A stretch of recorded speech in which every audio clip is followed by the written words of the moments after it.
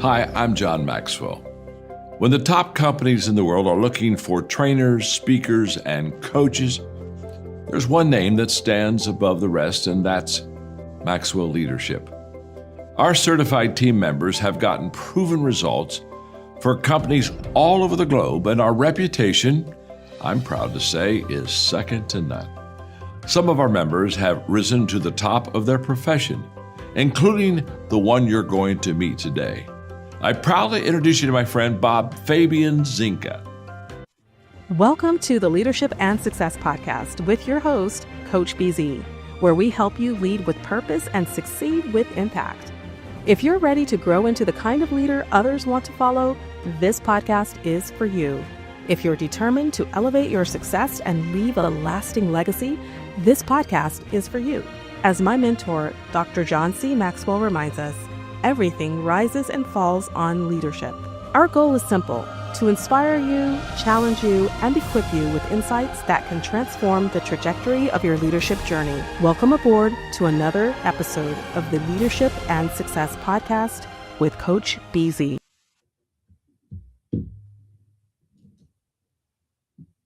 But then it came, I started seeing deployment orders for Iraq. What is that about? Why are we going to Iraq? What did they have to do with 9/11? And a lot of the young troops were coming to me and their families. Hey, Chief, I was the leader of the enlisted group, and so why are we going to Iraq? I had no answer for them, and I just couldn't live with the fact, we're following the orders of our leaders, our commander-in-chief. We're going to, guess what? As we are indoctrinated through all our military lives, we're going to defend America. Okay, but I have not heard anything about Iraq attacking us. Why? I decided to retire because of the fact I just couldn't see myself sending young troops off the war in something I didn't believe in and didn't know why. Normally we know a true mission. It just bothered me, this thing about weapons of mass destruction. So what? We have plenty of weapons of mass destruction.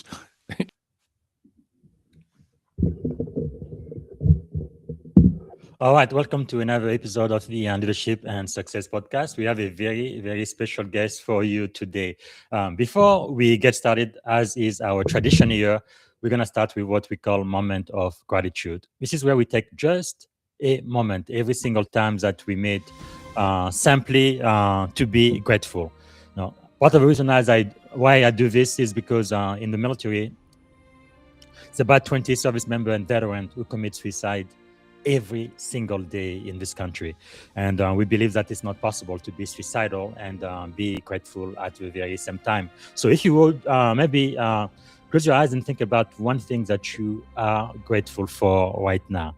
And for me, since Juneteenth, almost every day, it's been really freedom. I am so grateful for freedom. We live in America, the home of the brave, the land of the free. But the truth, my friend, is freedom really is not free, is it? Some people have to really make the ultimate sacrifice. So I want to just take a moment again to acknowledge the 18 service members we know about who have given their life for the war in Iran, especially Private Isabella Gonzalez. She really, really breaks my heart. Only 19 years old. My youngest kid, she's only 18, just graduated from high school, about to start college, and just looking at the life ahead of her. And this American soldier, her life got cut short. And I truly believe that we, as a country, we have failed her. Parents are not supposed to bury their children. And I really don't have any words to express the grief that our parents must be going through right now. But God bless America, and God bless all of the young Gold Star family. May their sacrifice never be in vain. All right, so let me now see if I can properly introduce our guest. Today, I am really honored and privileged to be speaking to, I believe, a giant in the service, because some leadership decision shape organization and other decision shape history. And thanks for joining me for a thoughtful and timely conversation with Command Chief Master Sergeant Dennis L. Fritz, U.S. Air Force retired, a distinguished 28-year Air Force veteran, former senior enlisted advisor to 4-star commanders, director of the or former director of the Eisenhower Media Network, and best-selling author of Deadly Betrayal. Throughout his remarkable career, Chief Fritz really advised senior military leaders on readiness, morale, and mission success while serving at the highest level of the U.S. Air Force, including assignment at the Pentagon. And today, he continues serving our nation by encouraging informed dialogue about leadership, accountability, and the lessons history teaches us. Our discussion today will not be about partisan politics or conspiracy theories. Instead, we are going to examine one of leadership's greatest responsibility, making difficult decisions when lives, national security, and history itself are on the line. And today's conversation is about leadership. Some of the things we are going to be talking about again is how we make those decisions, and especially in the military, that could be impacting life. So without any further ado, please help me welcome to the Leadership and Success Podcast, the one and only Chief Dennis Fritz. Well, Good Coach, morning, Chief. thanks for having me, Coach. Wow, what a great introduction. Make me feel I had to look around my office and say, "Well, who's he talking about?" Yes, But sir. hey, listen, you started the show off about talking about gratitude, and I really mean with all sincerity. Gratitude for me today is thank you for having me on. With the credentials that you have in leadership and your cybersecurity experience and so forth, and just the legacy that you have. It's an honor for me to be here, and I have that gratitude, and likewise my gratitude of freedom of speech to be able to have some candid discussions that we may have today. And you mentioned in my book, and I really appreciate you, and we'll talk about that in the future. But the gratitude of me being able to write that book, the freedom of speech, to really be candid, and then try to originally it was for trying to educate those young military men and women that serve our armed forces so bravely. You mentioned about the 18 that have died here recently in the Iran war, and in that book of mine, when I look at Emmanuel there, the young man that when you suppose those pictures, the sergeant there, Michael Swinton. He grew up. He's from my hometown of Fayetteville, North Carolina. I grew up as a military, as we call ourselves, brat, Fort Bragg, in Fayetteville, North Carolina, and so that really touches me. But when we talk about gratitude, the gratitude, even with such difficulties that we're going through now and what we went through in the Iraq war, I have the gratitude and thankfulness that I'm able to talk about and try to educate the American public. And as I was going to allude to, more importantly, the men and women that serve our armed forces, that give their lives. We talk about, well, we're going to talk about this, though, Coach BZ. Sometimes we say it's about freedom, but sometimes it's more than that. And that's what breaks my heart when our folks, give their all, and I'll call it in support of our country. Thank you for having me. Thank you so much. Before we get started, Chief, is there something about you that most people may not know? Well, this may be shocking to many, and even my wife, she talks about it, and she has to confirm it with others. When I'm in the public, I guess we'll call myself an extrovert. I'm a social butterfly, but I am one. I can be an introvert also, where I can be alone. And many of folks, if you're watching some sporting activity, they like to be in a crowd at some sports bar or something. I can be at home all alone. And so I guess I'm an extra introvert because of the fact, I can be a social butterfly, but at the same time, I can sit in a corner and be quiet. And that's shocking to many people. Yeah, I think many people who seem to be extrovert are actually introvert in reality. I might be one of those people too, but I can be extrovert when I need to. If I'm speaking in public or whatever, I will do what I need to do to get the message across. But yes, thank you so much for sharing that. Before we discuss your book, let's talk about the leader behind it. Right, looking back over nearly 3 decades in the Air Force, what leadership principle never changed regardless of rank? I somewhat have my own principles. I lived my life, and as I came to the senior ranks and sharing my thoughts with audiences and so forth, I live on what we call caring leadership. That's a principle I'm always going to carry with me, is caring. You have to care about not only the people that work for you and with you, but you have to care for your leaders too. Sometimes we have to guide them. And so I've always lived the principle of caring leadership.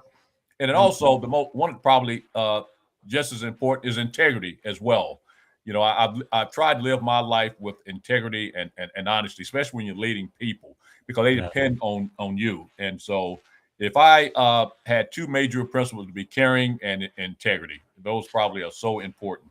Man, I really love that. When you say caring leadership, nowadays people talk a lot about servant leadership, but really you can't serve anybody unless you care for them first. And that is absolutely so crucial. Why did you join the U.S. Air Force or just the military in general? Wow, what a great question, Coach. I tell you, and I just had this conversation with a former colleague yesterday. Now, this may surprise many. And one of the things, like I said, is about being candid and having integrity. I had no desire to join the military. Really? To be with me. Yeah, and that's what shocks a lot of folks. I had no desire whatsoever. I grew up in a military town, as I stated earlier, Fort Bragg, North Carolina, home of the 2nd Airborne Division, if you will. And so, I had no desire. I got to be quite frank with you. That was it probably came about during the Vietnam War, where I saw my father go to Vietnam, and then I had cousins to go into the Army and to go into Vietnam. And I got to tell you, Coach, they didn't come back the same. I had a cousin that left, brilliant mind. He went into the Army to get the benefits of the GI Bill, which at the time was going to college free. And I had another cousin to go in. He started as his only way to get into the middle class. But both of them came back not the same individuals. And I want to talk about that in the future when we talk about wounded warriors and so forth. They didn't come back. And, as a young man, that touched me. Oh, I do not want no part of the military. But I got to tell you, back in those days, recruiters could come to your high school. In fact, I'd already been accepted to go to North Carolina Central University, HBCU school in North Carolina. And the recruiter came to my high school, and man, I tell you what, he was a good salesperson, and one of my good friends at the time said, "Hey, let's go down to the recruiting station." Said, "Oh no, I'm not going." And he talked me into it. And now here's the story. Now the irony of this story is that he ended up not going in, and I went in. But I must tell you, Coach BZ, it was the best thing that ever happened to me. And probably if I had not gone into the United States Air Force, you and I will not be talking today. Wow. Is there a reason why you chose the Air Force as opposed to the Navy or the Marine or the Army? Well, nothing against the Army, but as I stated earlier, I saw what it did to some cousins and some others. As I say, I grew up in a military town, and I said, you know what? I think I'm going to go in the Air Force. I love it. That's just amazing. And then you ended up retiring as an E9, right? A Command Chief Master Sergeant. Less than 2% of people who join the military end up as that pay grade. Wow, that is actually 1%. 1%. Yes. 1%. And for all the other services out there, I know your parent service is the Navy. That's the Command Master Chief, and for the Army, the Command Sergeant Major, and then for the Marine Corps, Sergeant Major. Yeah, so we call it Chief and Command Chief. Yes, that is just amazing. Wow. Because I must say, after 9/11, I knew I had to join the military, but it was to me really between the Air Force and the Navy. The Army and the Marine, that wasn't for me. But part of the attraction of the Air Force, you guys definitely have the best food, hands down. And you almost always have a golf course in every one of your bases. I'm like, what's up with that? And I tell you what, we used to get picked out about that by the other services, but I got to tell you, and there's a reason behind that, when we talk about leadership, Coach BZ, we during that time, the Air Force was highly techno, and it's not like today where we do a lot of deploying. Back in the day, the Air Force really fighter aircraft and the support teams, with them. But now, all that has changed and we all deploy. But the Air Force was highly techno. And as part of the leadership scheme to retain those that we kept into the Air Force, we kept them by way of bribing them with quality of life, as the Army would say chow hall and the Army and Marine would say chow hall. I don't know what the Navy called it, but we called them dining facility, and we had the best lodging. And of course, we're going to have the golf courses too. But so that was part of recruiting scheme and retaining scheme, because once we trained you in all that highly technical stuff, we Wow. wanted to make sure we kept you as well. So that was the reasoning behind our high quality of life. That's really amazing because my wife family is on her mama's side. They're from the Carolina, North and South Carolina, and my father-in-law retired E5 tech sergeant, U.S. Air Force. Very, very proud of this service. Actually, my wife was a military bride, just like you, and she told herself she would never marry a military man. And I wasn't one when we got married, but after 9/11, I'm like, I have to join the fight. I just have to. So she gave me permission to do so. I'm so grateful for that. But wow, it's just amazing how life sometimes just ships out. But what does being a command chief actually mean, and what responsibility did you carry for America's enlisted force in the United States Air Force? Well, Coach BC, I must tell you, it carries a lot of responsibilities, and what do I mean by that?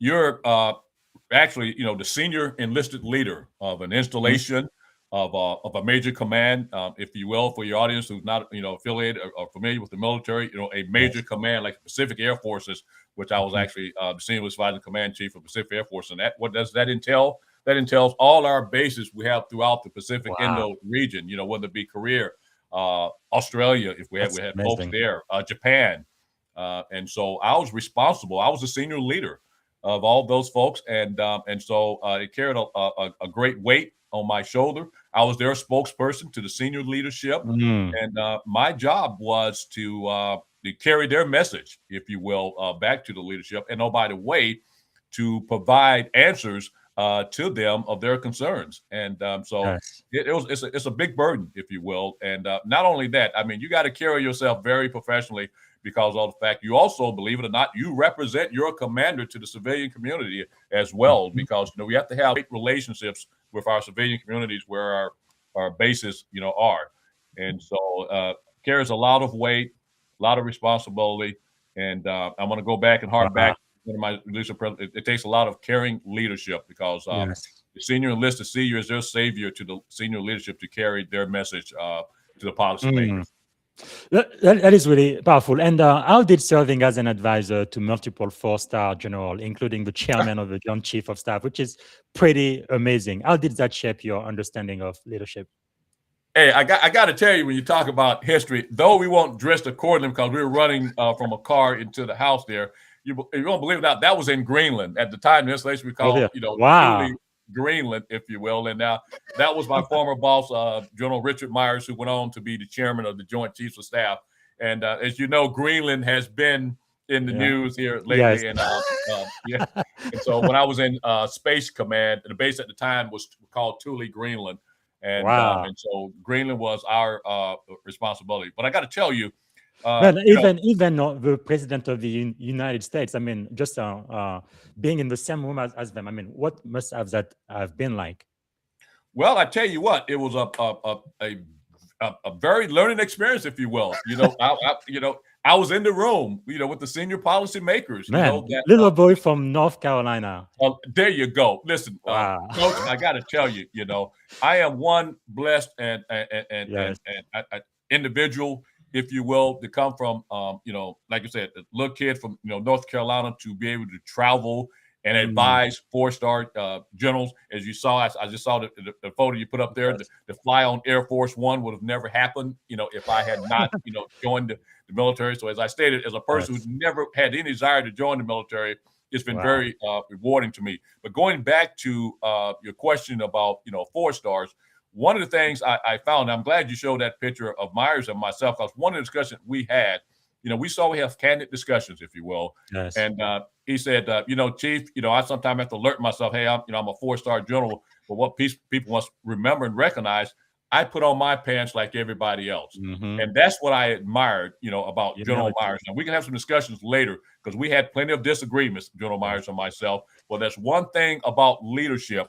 which I admired about him, is that, he believed in collaborative leadership.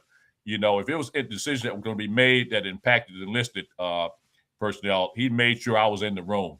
But when you're advising 4-star generals, you got to, when we talk about integrity, you got to have the integrity to be able to tell the 4-stars commanders not what they would wish to hear. Hey, everything is going fine. The morale is high. The troops are loving you. No, I've always candid, and I was very fortunate. The 4 stars that I worked with, in particular, I talk about General Myers and General Lorber.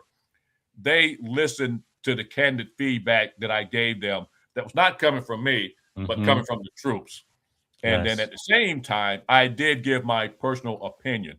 But the thing I will leave you with, and something that, Myers had, mentioned to me, the 4-star generals, they put on their pants just like everybody else. And for me, a person that worked around them, they have the same emotions and everything. When we talk about leadership, Coach BZ, I had, a 4-star general to cry on my shoulder. I had another general that went on to be a 4-star general to cry on my shoulder. And, when you talk about leadership, I may be jumping the gun on you, but, 4 stars and generals, they wear their pants just like everybody else. And that was one of the things that I learned, working. They have the same human emotions that all of us do as well. And as I mentioned, about a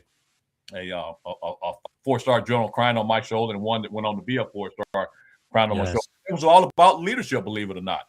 When you have to be candid, we had a philosophy in the Air Force years back because we will not lead by fear.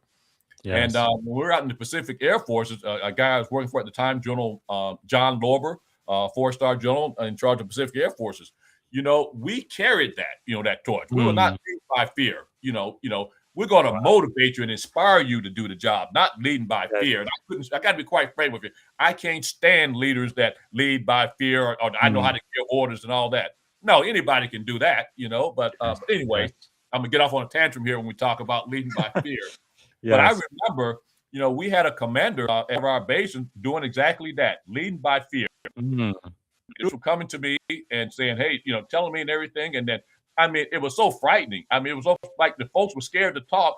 I would be walking down the hall, and this is no joke now. Folks would grab me and say, Chief, can you come in here? And they were telling me. And so I took that information back to that boy, and he didn't react to it. And I was in shock. He didn't react to it until finally it blossomed up where it became a threatening environment, where it became a hostile environment. And in fact, it became a case where that particular person, really grabbed a junior officer. Now, why am I telling you that?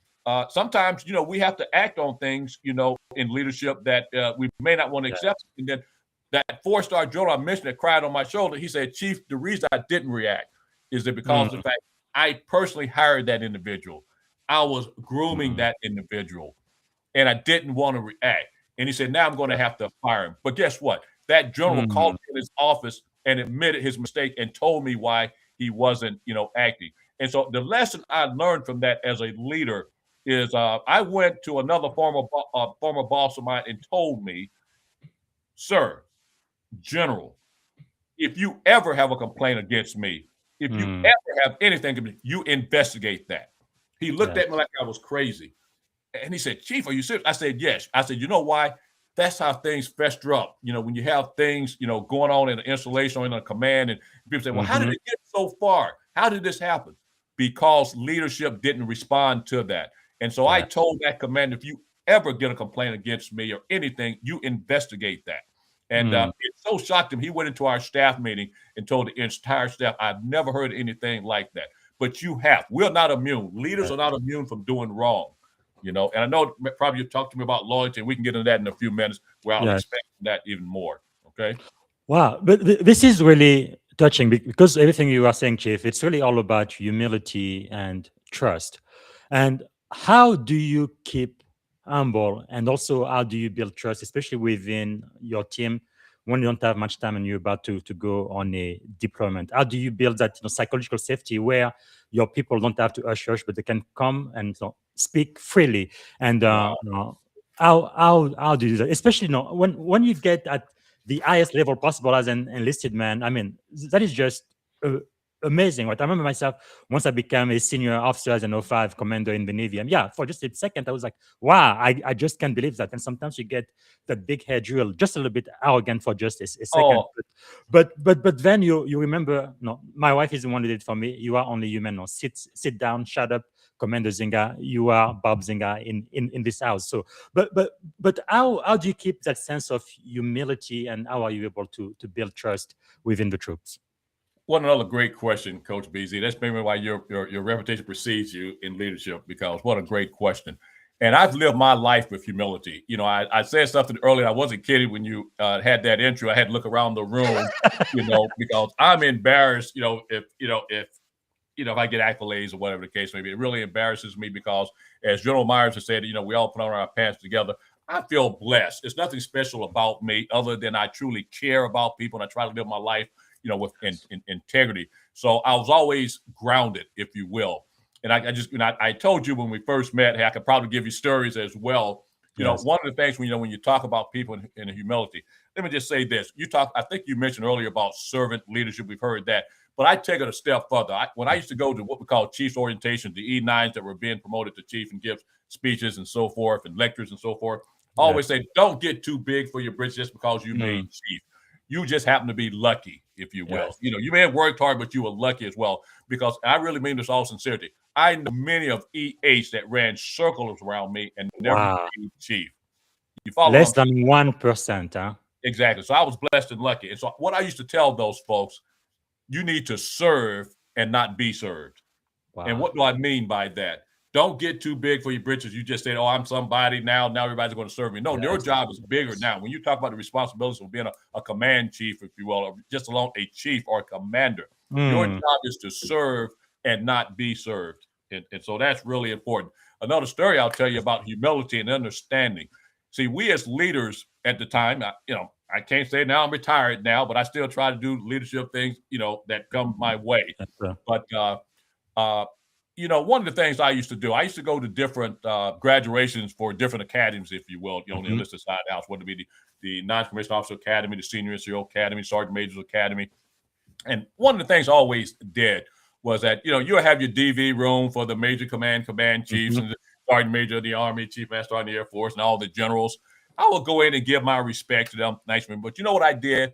I went out with the audience. I only spent maybe 5 minutes in that DV room to give my respect. And after that, I went out there with the troops and their families and mingled with them. Humility. Why should I be sitting back in that DV room? When I got the troops out there, that's humility. I never forgot where I came from. That's beautiful. So that's how I kept that humility, is because of the fact I knew how blessed and how lucky I was. And that humility said, never forget where you came from. So I found myself, hey, I need to be out there with the troops.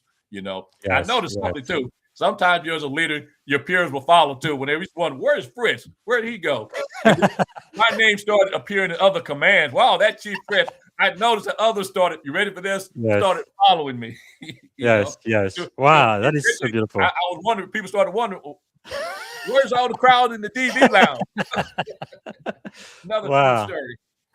No, this is really a great testament to your legacy. I remember when I became a commanding officer in the Navy, I reached out to all of my mentors throughout the year, and one of them gave me one of the best advice. He says, especially he too used to be enlisted, and then he ended up becoming a captain in the Navy. But he told me, at least once a quarter, you need to spend time with E6 and below, the white hats. You need to know exactly what's going on the ground floor. Because when you are the CEO, you are sometimes in an ivory tower, far away from where reality is taking place, and you're making all of the decisions that's going to affect them. So you need to hear from themselves, without the chiefs, without the junior officer, just get it from them, what is happening. And that really changed everything when I was leading that command.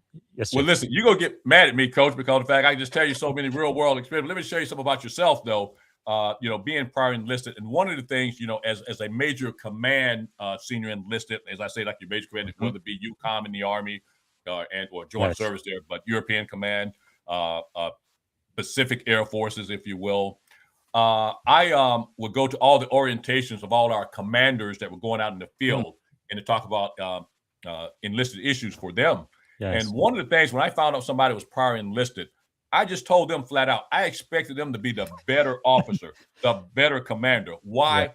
Because you live the life of the enlisted. You know the hardships. You know the experiences are. So I expect you to be the better commander, the better leader, in our officer corps.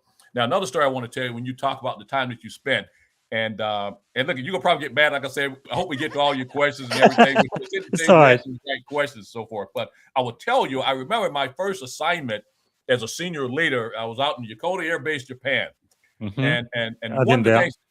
one of the things I decided to do my first week there, I was going to go to every major group, if you will. I think we had like 4 or 5 groups that was under the wing commander, the entire Yes. installation. And I broke it down. I said, when I first get here, I want to meet with the E1s to E3s first.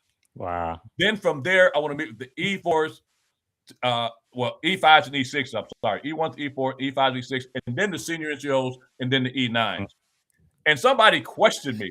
Well, wait a minute, getting too big for your britches? Why aren't you meeting us senior NCOs first? You know, we're the ones that know everything. Really? I said, well, let me share something with you. And I'm glad I did meet with them because they told me about people like yourself that was too big. I said, the reason I met with them first, I wanted to know what the young people were thinking, you know, to help them out. And then, you know what else I did? The reason I met with the E5s and E6s, who were the primary supervisors and leaders of those E1s to E3s, I want those E5s and E6s to know what the E1s to the E4s were thinking and how you can help them. And then guess what I'm going to do next? And then I'm going to talk to those E7s and E8s and let them know what the E1s through the E6s are thinking. And this, how you can help them, how you can serve and not be served. Carrying and leadership. then you chiefs, we are the leaders. Ready for this, Coach BZ? We are those 1%ers leading and representing. So for you big britches, this is why I went to the E1s, the E3s first. And you know what? I'm glad I did because they told me y'all don't listen to them. And I believe it now because if you're going to question me like that, I know what you're doing to them. And so that's a leadership principle that I've always felt that I need to talk to the young people and stay with them. Wow. I'm a serious chef. I almost never read fiction. I like nonfiction because I feel it is more applicable to whatever I'm doing. But I really love this book, Gates of Fire, by Stephen Pressfield. There's just one quick line I want to read to you. It's on page 412. It says, I will tell His Majesty what a king is. This king was just extraordinary. He says, a king does not abide within his tent while his men bleed and die upon the field. A king does not dine while his men go hungry, nor sleep when they stand at watch upon the wall. A king does not command his men loyalty through fear. We talked about fear a minute ago, nor purchase it with gold. He earns their love by the sweat of his own back and the pains he endures for their sake. That which comprises the harshest burden, a king lifts first and sets down last. A king does not require service of those he leads, but provides it to them. He serves them, not they him. Coach, what you're talking about, isn't it? Coach, you're killing me. I'm telling you, you're asking the perfect question and you're giving the perfect example. Now, story time again. Myself and General John Lober out in the Pacific Air Force, we left Hawaii. You know, they say you can't live a day over. Well, I was able to live days over because of the fact during the 2 years I was out there, myself and the 4-star would always go out to Korea from PACAF, from Pacific Air Force based in Hickam, and we'll go and visit the troops on Thanksgiving, if you will, and go out there and visit. But I want to tell you a story to one of our visits, and the reason I say you can live a story like that, I could go out to Korea and spend the day Thanksgiving with the troops and then come back because Hawaii was a day behind and spend Thanksgiving with my family. And so I did that. But let me just tell you a story about what you just said. And I'm sorry if I get too excited. No, that's the extrovert in me. If I wasn't with you right now, I'd be the introvert. Well, sir, you have achieved. You have earned it. Oh, stop. But let me just tell you this. Oh man, I'm visiting with the 4-star. We're out in Korea, and we always go into the dining facility, not Chow Ho Air Force Quality Life Dining Facility. And I go in, and I always knew where we were going to be seated, you know. And so I go in, I'm in the line talking to the troops and everything. And one of the troops said to me, well, Chief, we knew you or somebody was in on the base because when I came to the dining facility, I saw the tables that was all dressed up in silver and the white tablecloth and all that. And we knew you were in town. When he said that to me, I looked over at the rest of the tables and saw them just as plain as can be. I went over to the dining facility manager and I said, would you do me a favor? Remove that nice place setting for myself and the 4-star general and everything else, because this is the troops dining hall. And if you're going to do that for us, you need to do this for them. You don't do it to showcase us. And then I said, because this is their dining facility. And now Absolutely. I went back to that base once again, and everybody had tablecloths. And Wow. so, So I said, so our job is to take care of the troops. That's that caring yes. leadership, not Yes. wearing the big britches, going to put the tablecloth for Hmm. myself and the 4-star. And oh, by the way, I told the 4-star that, and he agreed 100%. Yes, that is really something because as a chief, not only you advise the 4-star flag officer, but you also mentor junior enlisted, of course, but junior officers too, right? Absolutely. Because they need that mentorship. So if you could teach one lesson to every young NCO listening right now, junior enlisted and junior officer, what would that lesson be? Story time again. When we talk about officers, and listen, when you're working at the 4-star, everybody's intimidated by rank, if you will. And Yes. so I mentored a lot of not only junior officers, but senior officers, even your 06s, who were the commanders out there who, you ready for this, were really somewhat afraid to talk to the 4-star generals.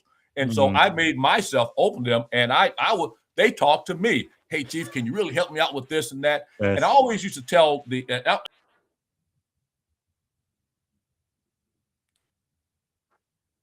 you have the respect and admiration of senior officers, don't abuse that.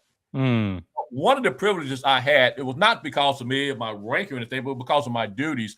When I was out in the Pacific, believe it or not, I had priority over what we call C-12s and C-21 aircraft to get me from point A to point B, because it was important for me to be in certain places.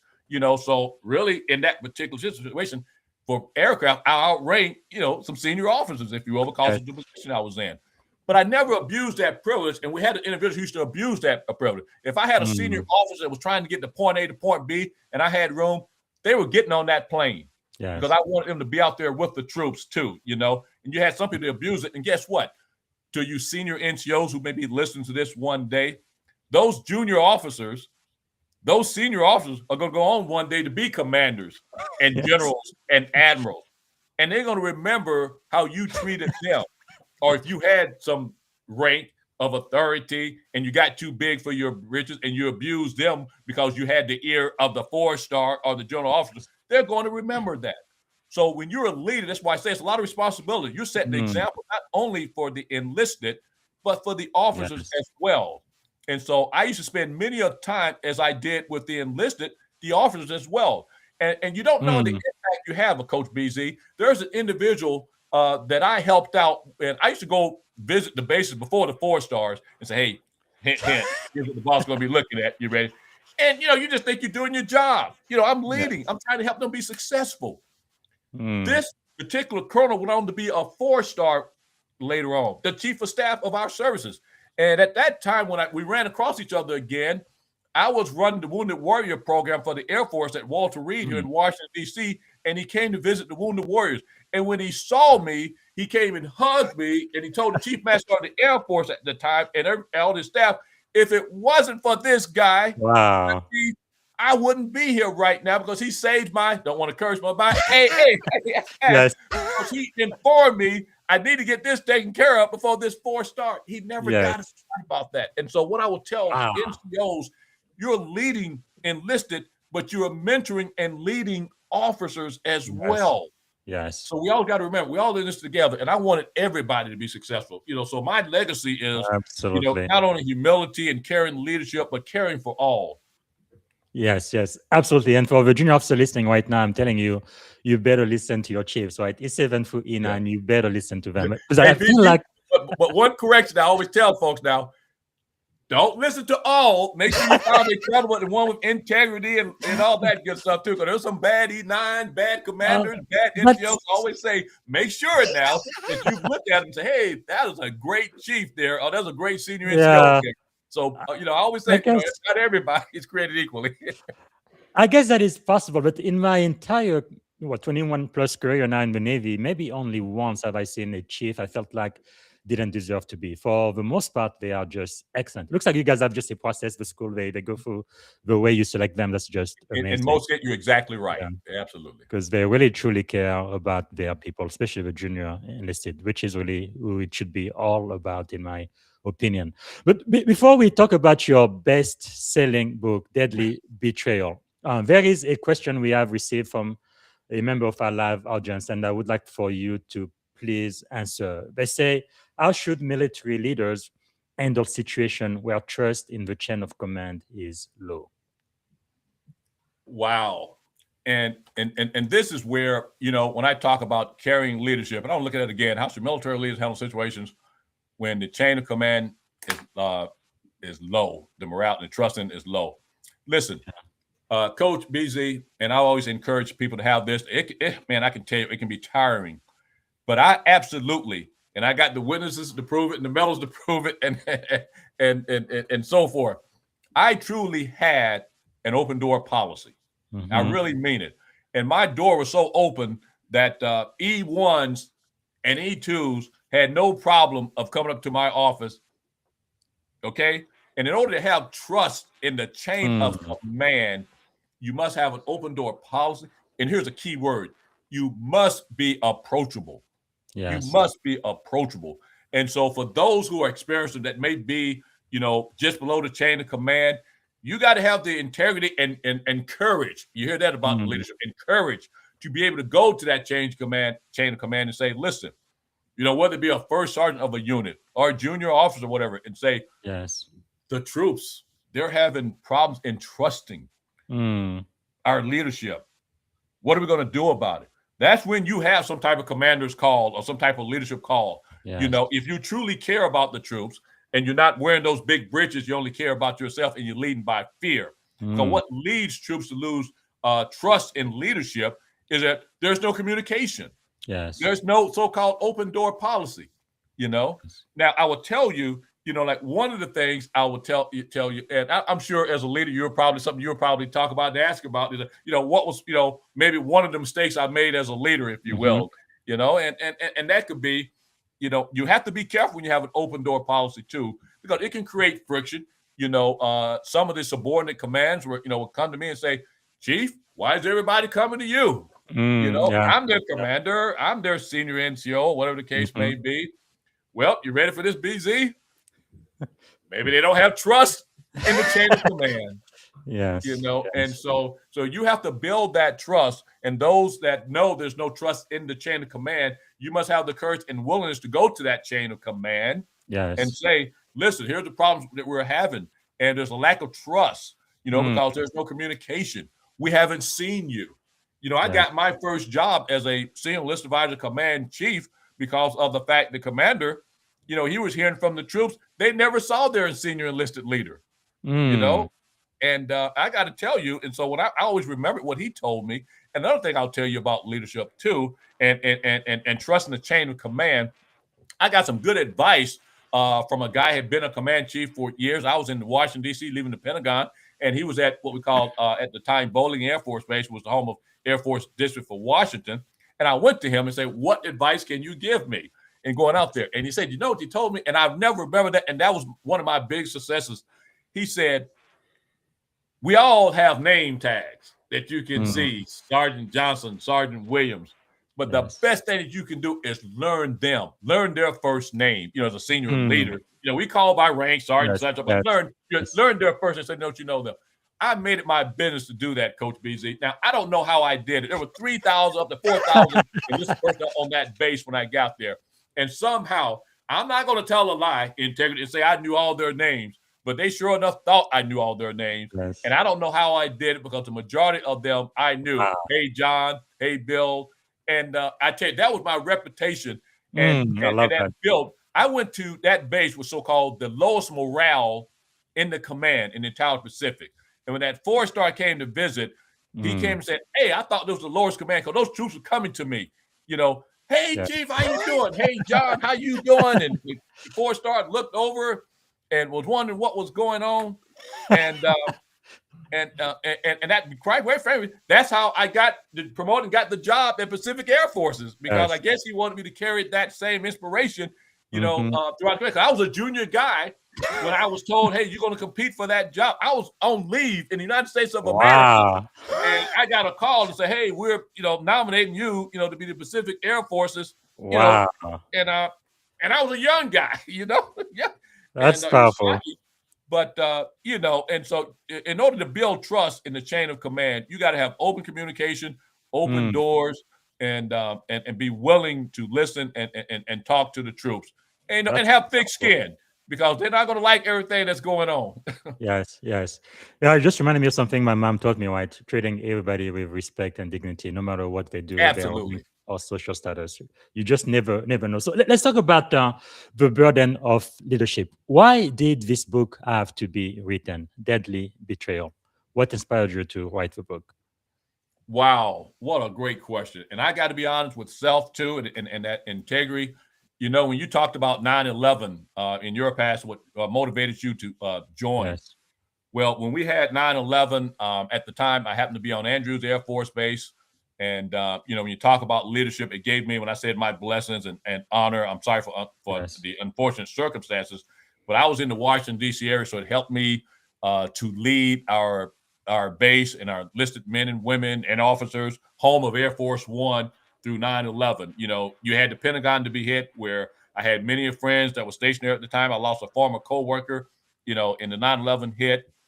And, we were all gun-ho as you were. I'm going to join the military. We got to get them, those that attacked us. Or the first time we've been really attacked on our homeland, other than Pearl Harbor, but mainland, we were hit. Yes. And so we wanted that revenge, if you will. And so we did it. But then all of a sudden, as you would see, and I think you saw that piece that you wrote, it was at a book signing event where I said, Iraq, where did that come from?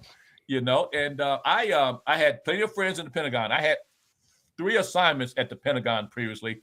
And my former boss, the chairman of the Joint Chiefs of Staff, a couple members of my staff was on his staff. Some of the officers that worked with me were on the staff. And I was asking them, what is the intel? We're not seeing it down in the field. Why are we going to Iraq?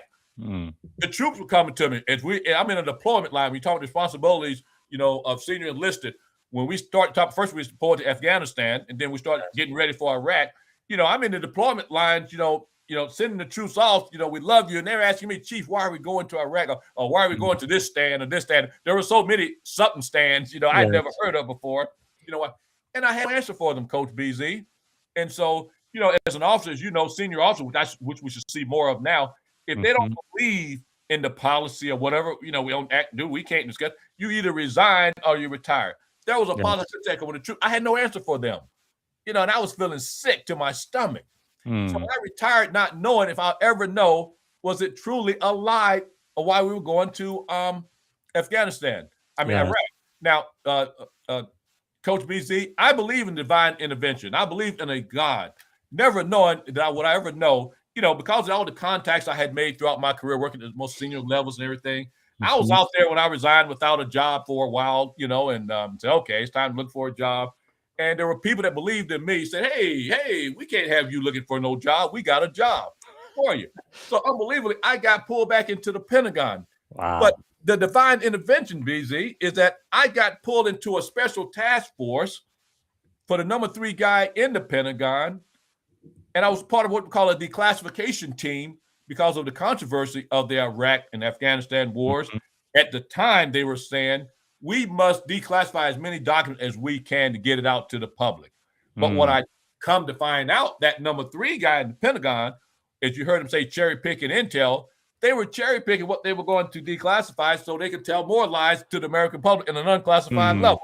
And I saw they were lying. I said, that is not good for the American public and those troops. Deadly Betrayal, the 4,500 military men and women that lost their lives on a WMD lie. So I told Myers and a number of former boss of mine that if we ever go to war, when I retired, we better take care of them. Because I told you before, I saw the results of the Vietnam War. People coming back to the same. We didn't know anything about PTSD then at the time. And so I got a call one day, email from a former boss of mine. There had been a big 2007 Washington Post story about the bad treatment of our war wounded at Walter Reed Army Medical Center at the time they called it. And when I saw somebody called me and said, Chief, we know how you care about people. Look what's happening at Walter Reed. Wow. We were bringing wounded soldiers and airmen and sailors, even Coast Guard and Marines, and putting them in molded rooms, if you will. Wounded warriors. And I went up in the ceiling going crazy. I said, well, I'm going. big for my britches. I know the chairman of the Joint Chiefs of Staff. I'm going there marching and say, oh, relax, Chief. They're going to take care of it. Mm-hmm. So I get a call and say, hey, we want you to go over and take care of our war wounded, at Walter Reed. And I did as a contract to take care of our war wounded. But the thing, and I think you'll probably allude to this in my book, I talk about before I got over there, I saw a group. We used to have what we call, I forgot what the name of it, but once a month, we would have war wounded from Walter Reed and Bethesda at the time, Naval Hospital for you, Mm-hmm. that's Naval Hospital at the time. Now they combined Walter Reed and Bethesda, called it Walter Reed National Military Medical Center at Bethesda, because the Army and the Navy were fighting over the name of it. Yes. And they tried to go to what we call joint medicine.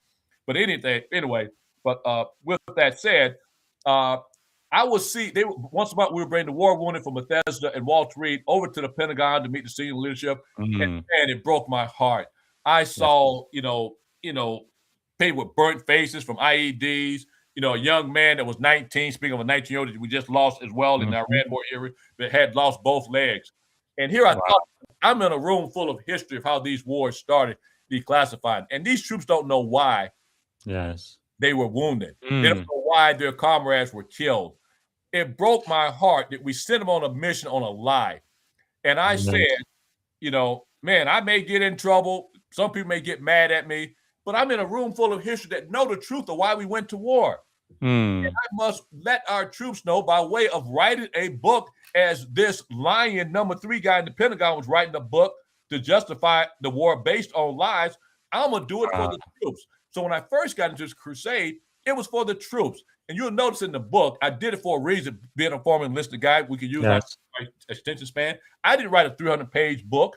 I told the publisher I want it to be 200 pages or less, if you will, and I'm going to do it in plain language so people understand, because the troops were telling me, I don't understand how I got in this war. That's above my pay grade. And so that's why I wrote the book, because I wanted them to know how foreign policy worked and how politics play into us, going to war. And you ready for this, Coach BZ? On the backs of our military men and women. They're the ones that suffer with death, with injuries for life, and their families. And that's why I wrote the book. Well, that is really, I have a copy of a book here. I just wanted to read the dedication right here at the beginning. Man, it is really touching. Well, while I am doing this, because I think there may be a little bit of parallel with what's happening now with the war of Iran, which you alluded to, right? Because you are describing seeing wounded service member, and right now from the Iran war, they say more than 400. Actually, the number might be much more than that. The 400 that we know about, who have been wounded, but they don't really fully understand why they had gone to war. How did that experience affect you personally? Listen, not only those that are fighting the wars and their families should know why we're sending them to war, but the American public and the world need to know. And as I stated, you probably alluding to, I put something in the chapter. Unfortunately, our military men and women are used as pawns in these foreign policy schemes. Yes. And that breaks my heart as a senior leader of the enlisted. 80% of the forces, even during my time, I'm sure it's like that right now. You look at the percentage, 80% of the forces enlisted. It's the majority of enlisted. When you hear about the wounds and the killings, I think we had, in this particular case, the latest, you had one junior officer and the rest were enlisted. You don't hear about a lot of senior officers and general officers get killed. That's news if you get one of them killed.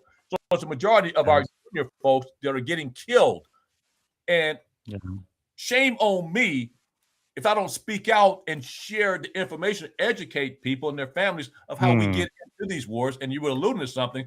It ties into what's going on with Iran right now.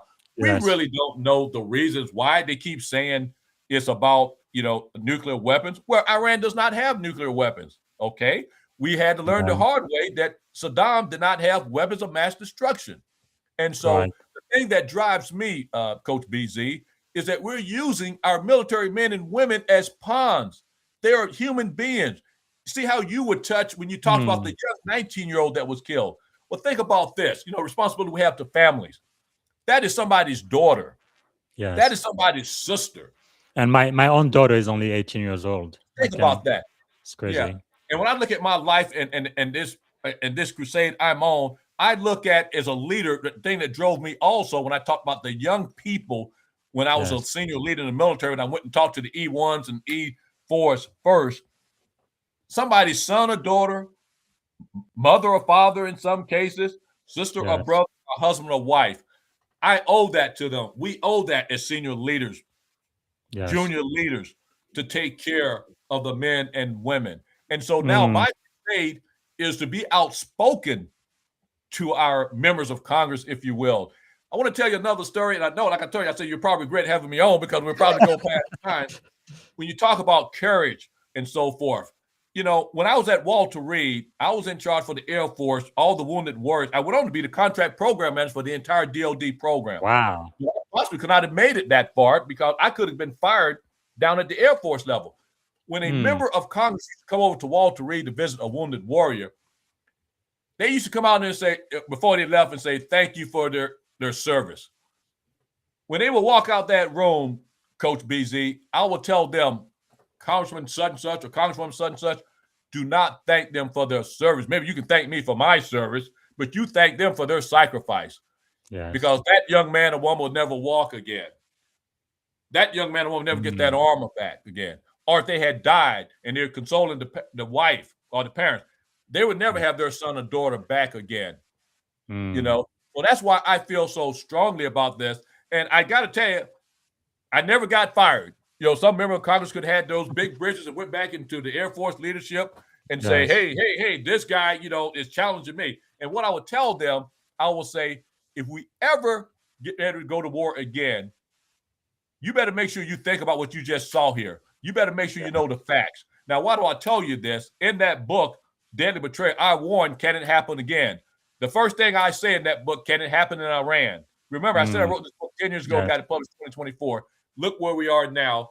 Look at our Congress now, and we're allowing it to happen again. Going back to the original question, no strategy. We don't know why, other than we say, hey, it's weapons of mass destruction. Well, now it's not about weapons of mass destruction. It's opening up because we didn't have no strategy. We didn't have leadership thinking. Now we're trying to open up what we call something called the Strait of Hormuz, so it doesn't take down our economy and the world economy. And so leaders, you have to lead with integrity and in honesty. Another question I ask you, before you get ready to make a decision or do something, you got to ask yourself the question, leaders. Wow. Will lives be lost? How much treasure will be lost? Is it worth it? And do we have a strategy? You know, I look over your shoulder, I see General Colin Powell. I think I have this book right behind me too. Well, you know, you own it, you break it. You get in, get out. You have a strategy so that you don't get bogged down as we did in Iraq. And, you know, some have said in Iraq, it was the most foreign policy blunder ever. Where now we see it may not be the case. It may be Iran. And so the last thing I'll leave you with, when we make these decisions, Coach BZ, if we don't have the courage to speak out, unfortunately, you're complicit. Because I think, man, your book is really prophetic because on page 22 is where you say the Bush administration viewed Afghanistan as a brief excursion, a preamble for the sham war on terror used to legitimize invading Iraq and later Syria, which did happen, and Iran, which is happening now. This was all according to Donald Rumsfeld's plan, part of what I call his Middle East doctrine. So that is just amazing. Now, the other thing that really touched me in your book really was right before the forward, right? You actually say I guess it's the dedication. And just like you talked about, you say this book is dedicated to the men and women of our armed forces who fight the unjust wars perpetrated by our politicians. Thank you for your sacrifice. May God bless us and forgive our government of its sin. That is really, really powerful. What personal risk did you consider before publishing a book like that? I figured I would lose former friends. You know what I said, former friends. I figured I would lose leaders that who I had mentored and who had mentored me because of the fact they didn't have the guts to speak out. I thought maybe I would be legitimatized because of the fact, hey, I'm speaking something nobody ever spoke before. You know, you never heard in the past about Israel leading us in some of these wars. Nobody would talk about it. And I felt I had to talk about it because that was the reason why we went to Iraq. And as you stated in the book, Iraq and then Syria and then now Iran. People say, I predicted that. No, I didn't predict it. I saw the playbook. I saw the Rumsfeld doctrine that's still being executed with Iran being the final phase. And so did I lose some friends? Yes. But when we talk about leadership again, I want to share something with you. One friend I didn't lose was General Richard Myers, who was the chairman of the Joint Chiefs of Staff, who was the chairman. And I told him, now being a part of leadership, you got to be able to have honesty and integrity. I went to him and told him I was going to write this book. Why? Because in some ways he's complicit because he was the chairman of the Joint Chiefs of Staff during the Hyder War, the most senior military officer in our military. And so I owed that to him that I was going to write a book of my disagreement with the war. And at first he was a little caught. We had breakfast. He was caught off guard. I said, hey, you want to write a blurb in it? He said, nope. But then later he called me and say, hey, how's the book coming along? Do you want me to write a blur? Can you imagine? Now, what he wrote in that blur, but he's being a leader. He understood me. And he told me that. He said, Chief, I understand how you operate. I've been around you for almost 30 years. I'm not surprised you're going to write this book. And what he said, wink, wink. I've known Dennis for many of years, and I've always heard. He said, though I don't agree with all it, I didn't expect him to agree with me because we disagreed on the war. I didn't want us to go, and I knew it was a lie, and we should have never went. But it shows his leadership, and you ready for this? Caring leader that I'm going to put myself out there, but at the same time, he's going to say, I don't fully agree with, but I support that man. Yes. And actually, it was on chapter 8 that you wrote to, right? General Richard Myers, a man of conviction. That is so wonderful to see in our senior leader. Now, for a lot of people listening right now, many times I think we tend to struggle, right, with balancing loyalty and honesty. Because I guess the question for you is, how do you distinguish loyalty to leaders from loyalty to the Constitution and the American people? Now, as you and I, all service members, we all take an oath to support and defend the Constitution of the United States, not to a party, not to a leader, but to the Constitution. How do you balance that? I'm going to say something heavy to you, and it's going to probably shock you and most people. Think about it when I say it. I am not loyal to no leader or commander. I am loyal to the troops that have to carry out the orders of those commanders and leaders. I'm loyal to them by giving them candid advice and speaking truth. And I would tell people, and I had to teach this to what we call some first sergeants, loyalty is not defending wrong and unethical behavior. There's many people, I saw first sergeants, I've seen general officers, that's what's happening right now in Iran, if you will, and even the Iraq war. Being loyal to the commander-in-chief, being loyal to their commanders. You're not loyalty. We use this word loyalty too much. My loyalty is to my country that I live in, to make it a better place for my children and your children. When you talk about the Constitution, let's just break it down to plain language, our country, if you will. It's real. The Constitution is not just a piece of paper, but our country. I'm loyal to our country and my family. I'm loyal to the troops I have to lead because they're putting their life in my hands. Remember, I talked about being a commander chief carries a lot of responsibilities. And so the most important thing I will tell you for anybody, if a commander or anybody, a supervisor or boss or whatever of an organization, I expect loyalty from them. That's not an organization you want to be part of. Okay? We use that loyalty word too strongly. And so, and I say, because sometimes it comes to where I was being loyal to my command, I was being loyal to my boss as you watch them doing something wrong, unethical, unjust. And that's going back to what I alluded to earlier. That's how things fester up, where the chain of command did not do anything, and then the people lose trust in their chain of command. And I will go back again, as I told that commander, if you ever have anything, a complaint against me, investigate.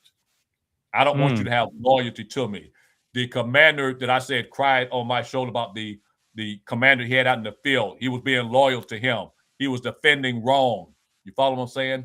Yes. The next loyalty, the other four sergeant cried on my shoulder. His senior enlisted guy was running around abusing women, if you will, having extramarital affairs, if you will. People were coming to that commander and telling him that. The commander wouldn't act on it because he had loyalty. Loyalty, what people don't get, is up and down the chain of command. There are sometimes bosses, commanders have loyal to their subordinates. You follow me? And so he didn't act on it. And when it came through an investigation that the troops and everybody were telling the truth, lost trust in the command, it broke his heart. He told me, Chief, I believed him. I trusted him. I had loyalty. I was loyal to him. Yes. You can't be. You got to keep your eyes open. So we use that word loyal too much. Yes. But I think there are really so many themes in your book, but one is really about leadership, accountability, and moral courage. Is accountability compatible with patriotism? Say that one more time. Is being accountable compatible with patriotism, being a patriot? Absolutely, I will say. Yeah, you have to be. Listen, a patriot is somebody that wants to do good, for their country or their family, being a patriot, if you will. And you have to have accountability. When we hear all these people, you asked me about when I was going to write my book, was I worried about anything? I was considering myself being a patriot. I was doing it. A patriot, a non-patriot, or a person not accountable, that's how we got into the Iraq war. Nobody as of yet, 4,500 military men and women died, hundreds of thousands wounded for life, and nobody was held accountable. And you expect us to call them a patriot? Look at what's going on now. The service people that have died now on a war that was supposed to be over in a day, if you will, based on a lie, in a week, based on a lie, months later, it'll be over tomorrow. No accountability. Do you think that's patriotism? It works hand in hand. You got to have accountability to be a patriot.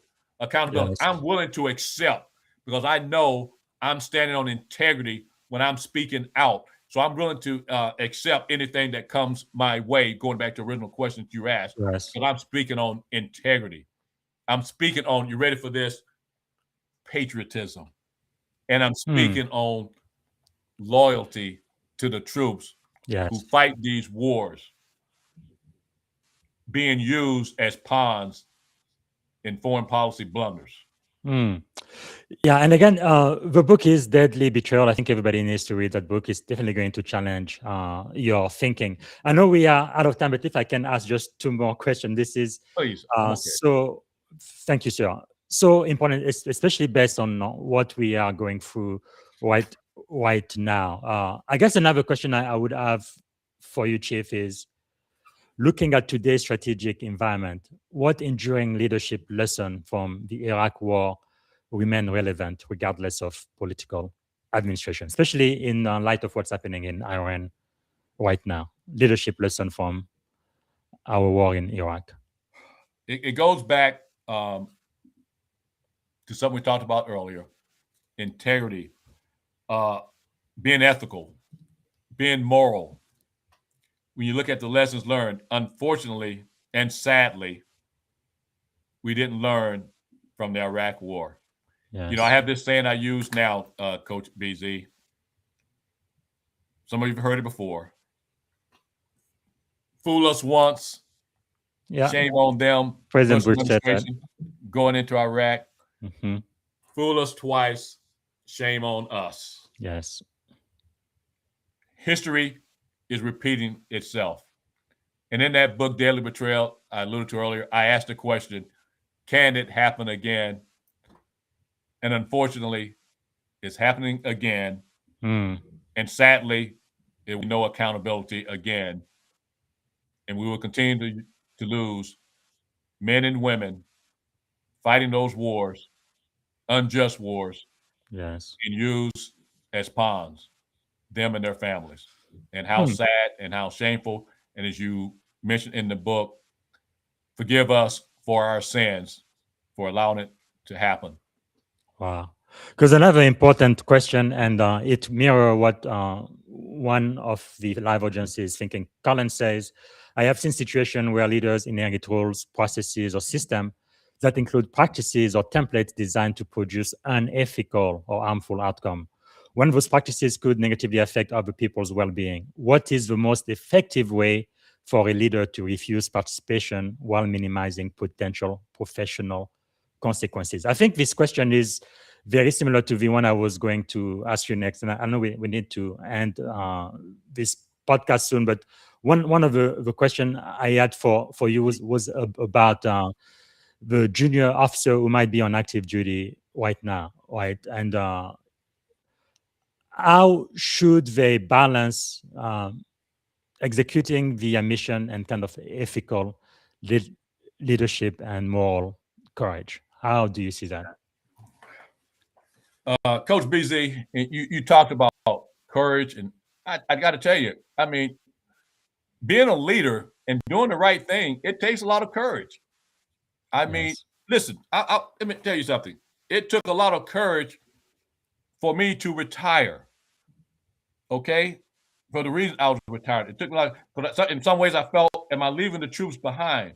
But at the same time, I got to put myself in a position where I'm allowed to talk outside of that service. You follow? Yes. And so I had the courage. But at the same time, when you see things, as I stated earlier, I'm going to give you two more examples, two stories. I offered to quit 2 command chief jobs because I would not sell the policies of commanders. You know, my job not only I represent the Corps, but you sell the policies of the commanders. And I told a commander something he was going to do that was impacting the enlisted folks that was put together by his officer corps in the groups. And I said, I can't sell that. I said, I will lose all integrity of the troops when I know this is not right. Yes. So I was willing to lose that job and have to move my family, you know, because of the fact, you know, but I could look myself in the mirror and say, there was another big DOD policy. I refused to go out and say certain things they want me to say. I said, I may say I can't imagine this happening, but I'm not going to go out there and say that because I'm not a professional in that area, and I'm not the person to say that. I don't know if it's true or not. So not everybody can do it. Yes. You know, and I got to tell you now, I've been blessed and lucky. You know, I've had commanders. Like I said, when I talk about Myers, you know, there may be many of people that disagree with him on the war and being the chairman. I disagree with them. Yes. Okay. But he allowed me to speak my mind. Wow. So in some ways, I was lucky too, because I can think of a number of jobs I could have been fired for. As I mentioned, the Wounded Warrior Program. I went on to be the contract program manager for all the service Wounded Warrior Program in the Pentagon. But I started at the Air Force taking care of troops at the old Walter Reed in Bethesda. And I could have been fired from that job right there. Yes. If I didn't speak truth. So I'm speaking truth. If I'm lying, it's different there, you know. Yes. Wow. Yeah. And so courage and speaking out against those things that are being unethical, unmoral, unjust, it takes a lot of courage, and you do take a chance. But because you only live by your core value, Chief. No, you talked just at the beginning of the podcast. We talked about caring, integrity, and courage. But where do you think that courage comes from? Because you're really putting everything on the line. Because, like I said, we all are built different, you know. And I tell you, I was talking to a former colleague yesterday, and we were talking about stuff. I have a guilt conscience. You know, I have a guilt conscience that will eat me alive more so than anything else. If I allow something to happen, as I stated right now, you know, I'm complicit. If I know that the war in Iraq was a lie, why it was, if I go out there and support the Iran war and all that, and knowing is built on lies and deception, I'm complicit. If I could save some life, look, Coach BZ, we're talking about lives here. Yes. You know what I'm saying? We're talking about lives here. We're talking about families that could lose loved ones. Look at that. We're talking about the injuries. They're gone. That 19-year-old you mentioned earlier. No strategy, no true plan, and we get all kind of different reasons of why we're in the war. Remember what I said earlier. You take into account, will lives be lost? Will people be hurt? Yeah. Will we lose a lot of treasure? Are we being ethical? Are we being moral? And is it just? And if I didn't take all those things into consideration, we're built different. I just happen to be built where I have a guilt conscience, and that will eat me alive. Yes. And so I respect everybody, but I must tell you, if you know something to be true and you don't say something, you're complicit. Wow. We really talk about some heavy stuff here on the podcast from time to time. I think that's what leadership calls for. I do want to end on a positive note. I've already taken too much of your time, but let's talk about the Eisenhower Media Network. I know you care a lot about that. I think you guys do a lot of great work. What is their mission, and what mission do they serve? You used to be the director. You are now a Yes, I was fellow, the I understand. director. And we're a group of former national security, say, experts, if you will. Okay, I'll just call myself an expert. But we've done that and got the T-shirt. We have former FBI folks, CIA folks, Department of Defense folks, secretaries, Department of State folks. We all come together where we promote peace and diplomacy instead of war. You know, we've seen war. We've seen our wars based on deception and lies. And I see a good friend there, Larry Wilkerson, and he's the one that got me into the Eisenhower Media Network. And you notice he wrote my foreword. And you talk about leadership. I know we have to go, but how I met Larry, we've been the closest friends. In fact, it made me cry a little bit. He said I was his best friend, one of his best friends. But I met him by challenging him. He was the first Bush administration. Wow. He was the chief of staff to Colin Powell.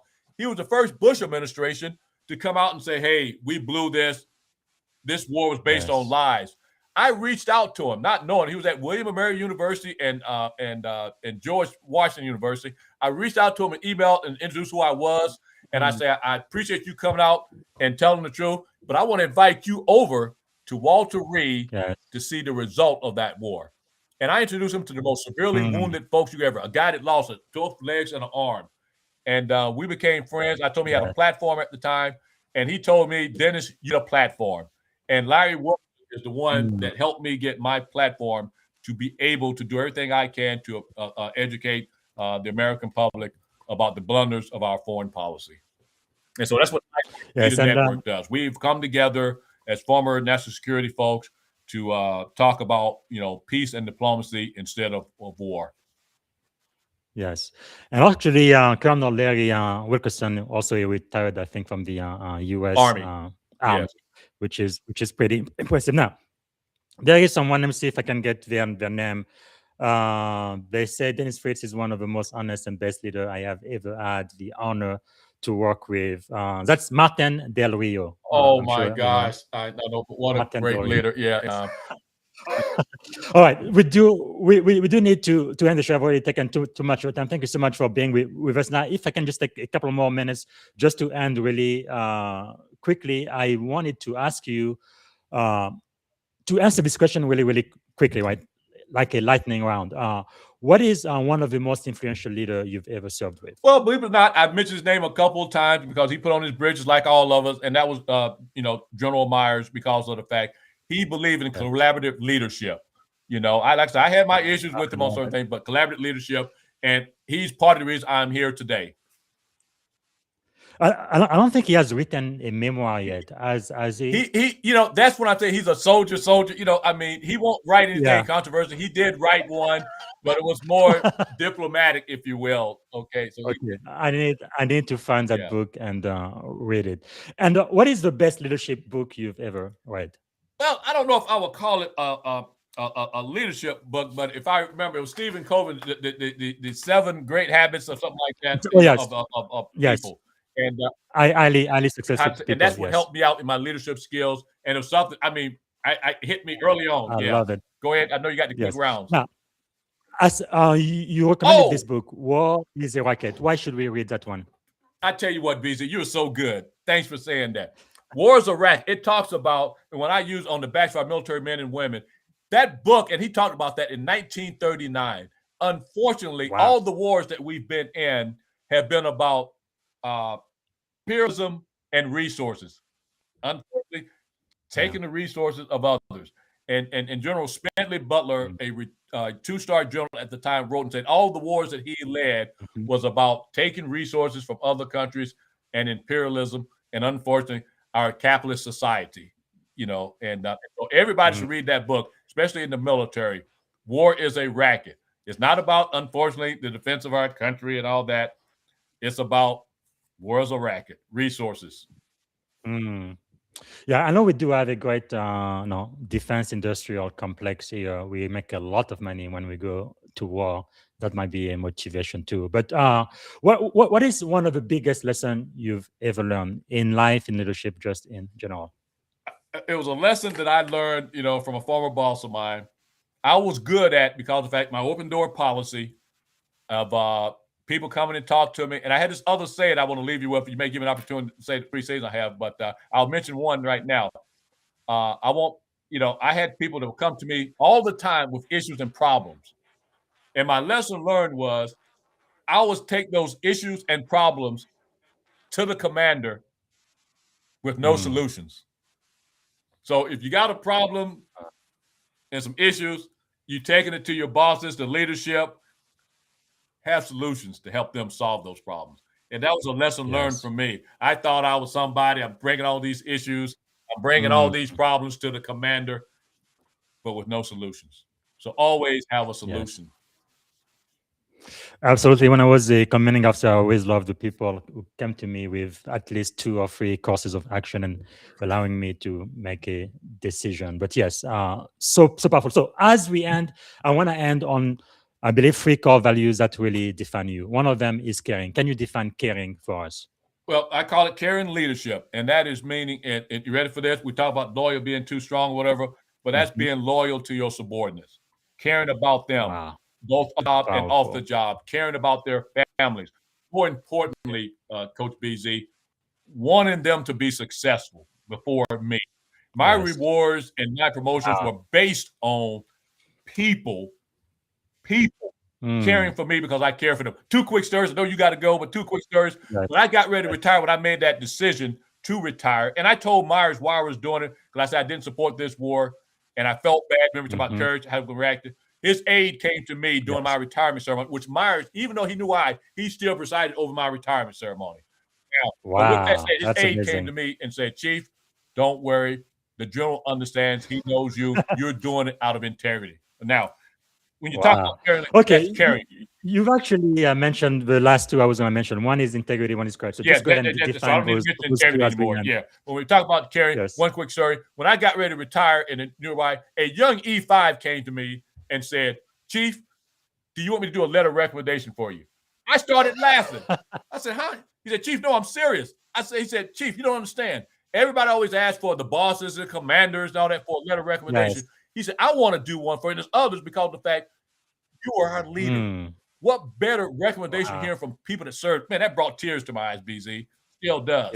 And then the other thing I'll leave with you. When I retired, my first job out was an E8 who served under me, who became a vice president of a company. He reached out to me and said, "Chief, I don't want you looking for a job. I already talked to my president. I got you." Caring leadership. You care for the people. They're going to care for you and take care of you. And it was young subordinates that got me started in my civilian life. That's just amazing. Okay, as we come to an end, what can we do to add value back to you, Chief? Well, what do you mean? What add value back to me?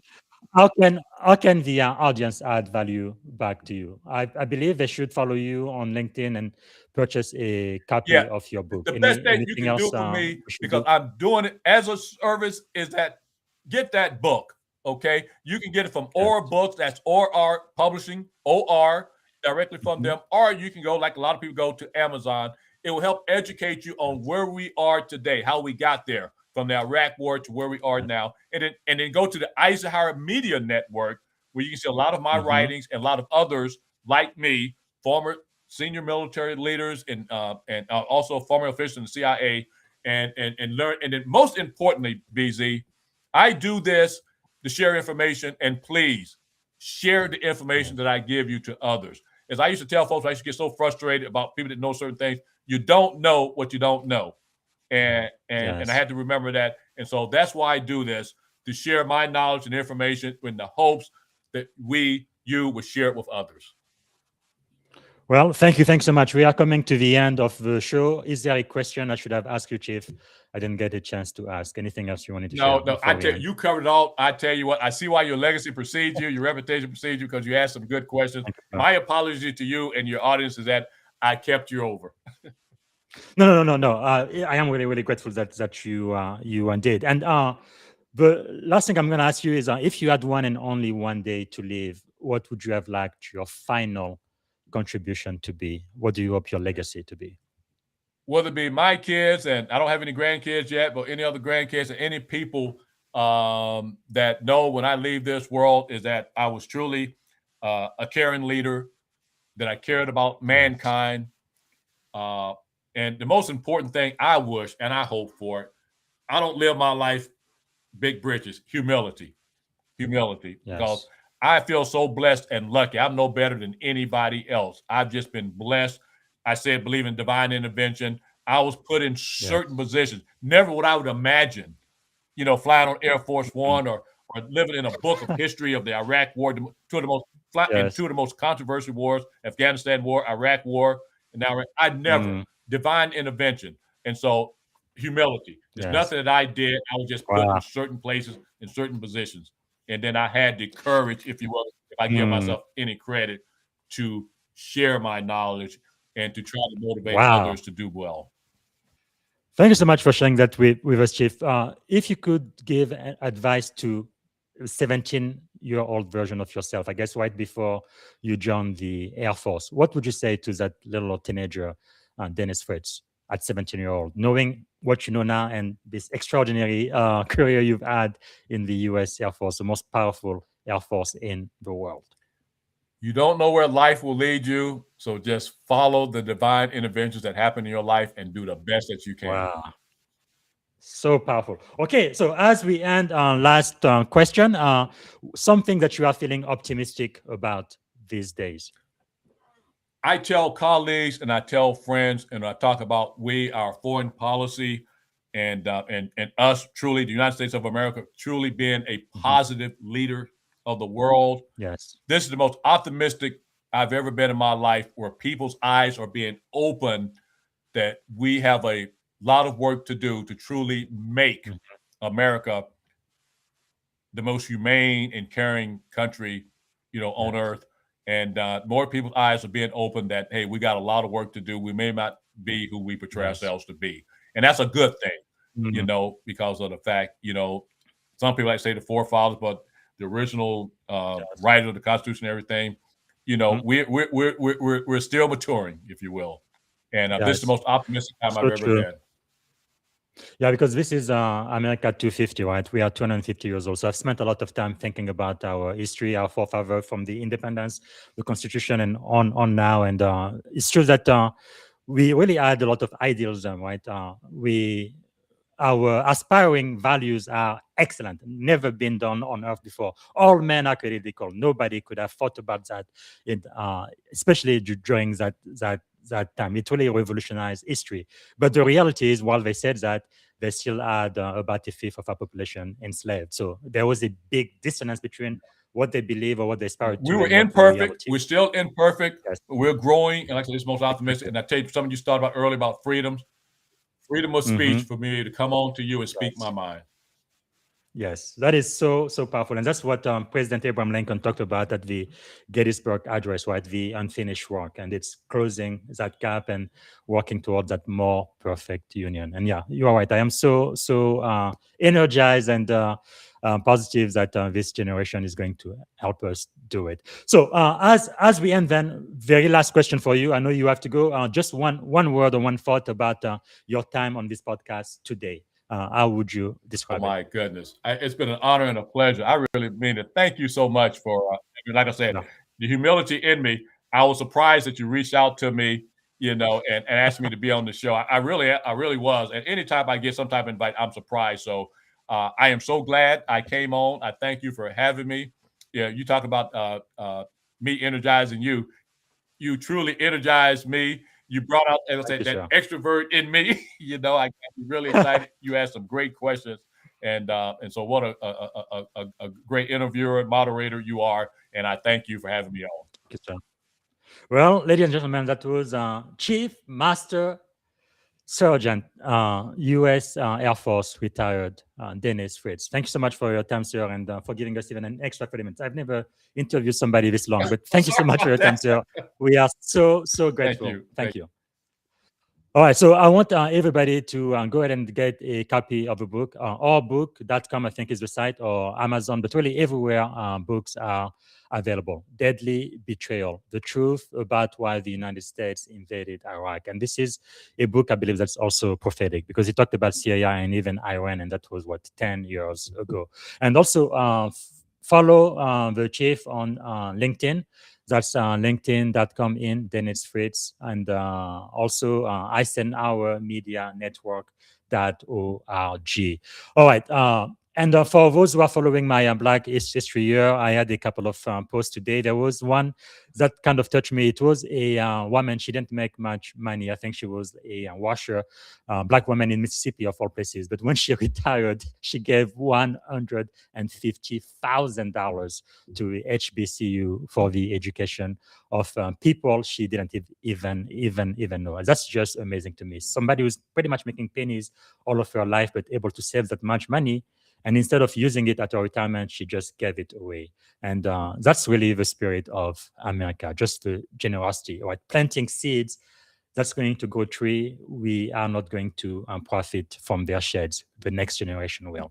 And that's really, I believe, what life is calling us to, right? To be courageous and to do things not just for our own selfish ambition, but really for the generation to come. And I believe Command Chief Master Sergeant Dennis Fritz, I really want to thank him for joining us today and taking extra time, over 30 minutes to talk to us. And more importantly, just thank you for a lifetime of service to our nation, right? Whether listeners agree or disagree with every conclusion in the book, I hope that everyone can appreciate the importance of leaders who are willing to ask difficult questions, wrestle with history honestly, and remain committed to the people they served alongside. And for those who've been following me, especially this year, America 250, I also ask a lot of tough questions about our history. Yes, America is the greatest country. Yes, all of that, but we also did some things wrong, like slavery, absolutely unacceptable. And we do have to reckon with that and make sure it never, ever happen again, right?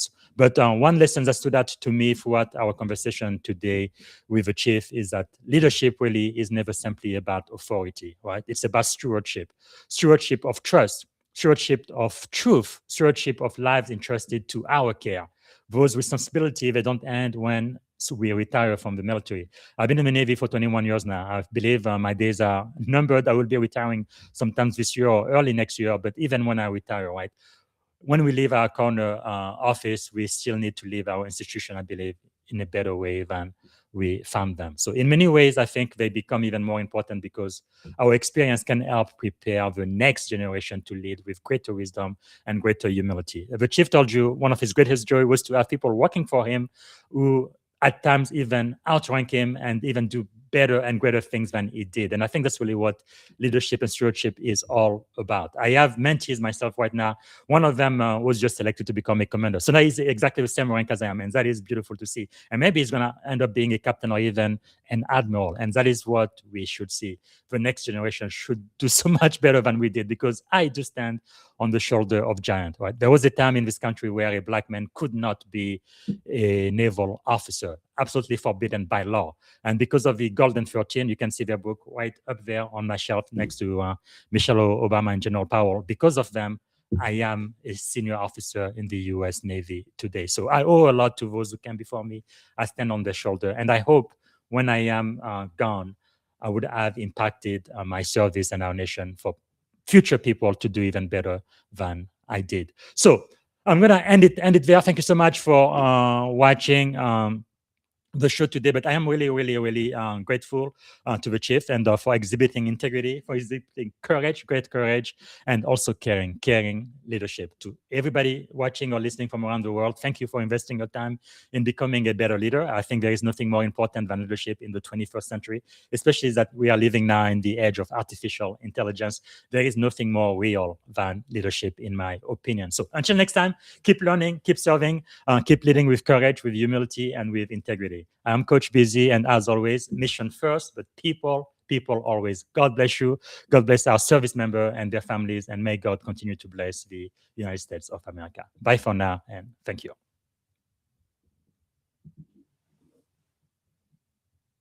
Oh, freedom.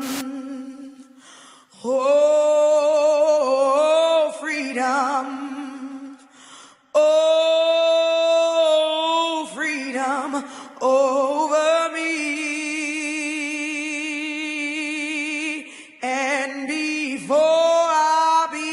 slave, I'll be buried in my grave and go home to my Lord and be free. Oh, freedom. Thank you for tuning in to the Leadership and Success Podcast with your host, Coach BZ. If today's episode added value to your leadership journey, be sure to subscribe, share, and join us again for more wisdom nuggets on how to lead better and achieve greater success. Remember, leadership is the most critical skill of our time. The world will always need leaders to inspire others, drive innovation, and execute meaningful strategy. So why not count yourself among the bold leaders shaping the 21st century? Until next time, stay inspired, stay committed, and keep leading with excellence.